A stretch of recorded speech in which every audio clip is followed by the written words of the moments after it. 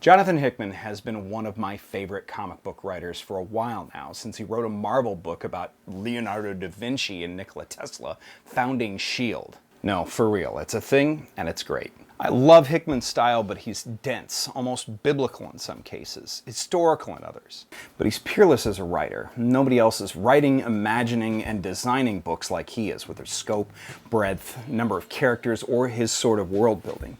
It's worth going back and reading Pax Romana, Nightly News, Transhuman, and others, but one of his greatest works is arguably East of West. But now, 40-plus issues in, what's happening? And is it too late to get into this sci-fi apocalyptic Western? Well, the answer is lots, and no, not at all. I'm believer and chosen Dan Oven, and this is the Doomcast.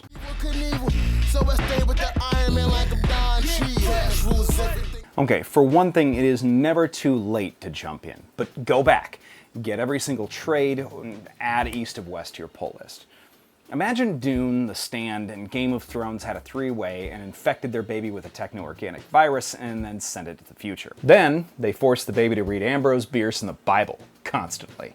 And the East of West is set in a future in which the Civil War never really pans out with the same reunification of the Union, but in an armistice. A meteor impact in 1908 leads the separation of the continental US into 7 total nations.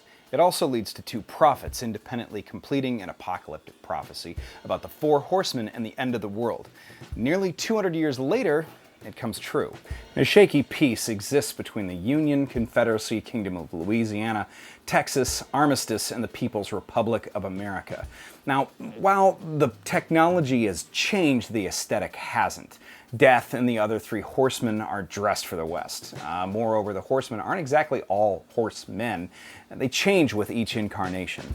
At the heart of the story is not just the fulfillment of prophecy and the interaction between the 7 different nations, but also Death himself coming to rescue and find the child that he fathered. The child who's destined to be, essentially, the Antichrist. What makes East of West so great is fully realized, incredibly unique characters inside of a deeply imagined world. After a number of issues, you find that the people that you thought were main players are in fact merely side characters. An outcast Native American sorcerer comes to terms with the final wishes of his dead father. A 9th-born son of the King of Louisiana prepares to usurp his father's power. A Texas Ranger on a mission of revenge. All of these are incredible.